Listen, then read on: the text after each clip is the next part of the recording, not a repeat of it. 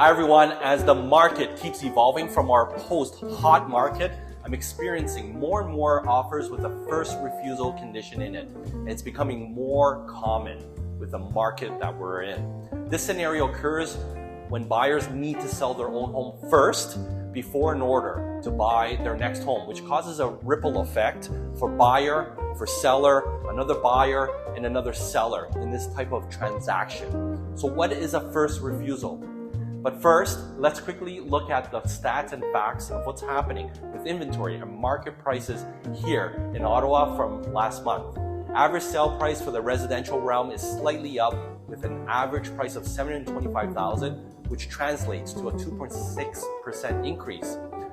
Days on market for listings are still hovering around 40 to 45 days, and unit sales are up almost 10% last month with 848 homes sold, translating to 4.4% increase from the year before.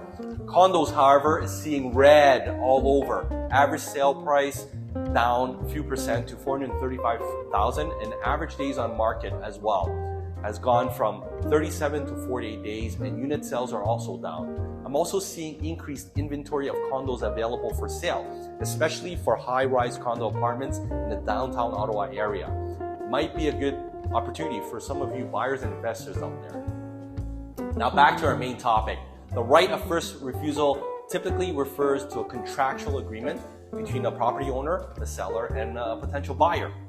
This arrangement grants the potential buyer the option to purchase the property before the seller can accept offers from other interested parties. Here's how a right of first refusal typically works.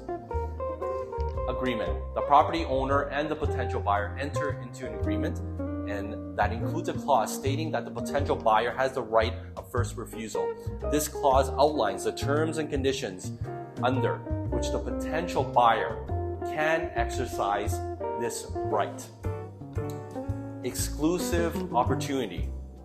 With this agreement in place, the property owner can still list the property for sale, but if they receive an offer from another party, they must notify the potential buyer with the right of first refusal.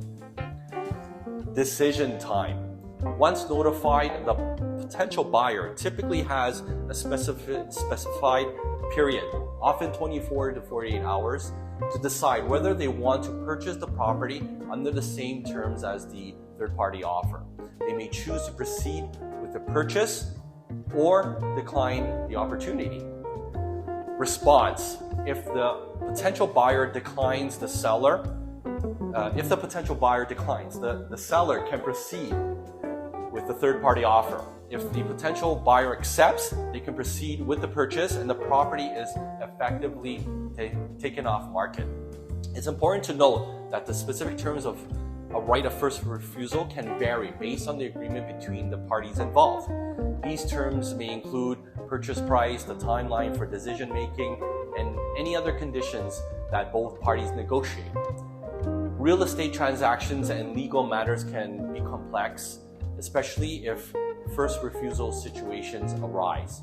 I'm sure all of you have additional questions such as, well, what happens if we receive an offer higher than the original with the first refusal condition?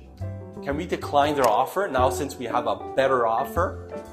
Or when is a good idea to accept the first refusal in the first place? And under what circumstances? Or who has more advantage in a first refusal situation? The buyer or the seller? Now, I like to keep our videos short and as sweet as possible. Feel free to call me if you need a more detailed explanation. Thanks again for watching. Stay safe, stay active, and we're always selling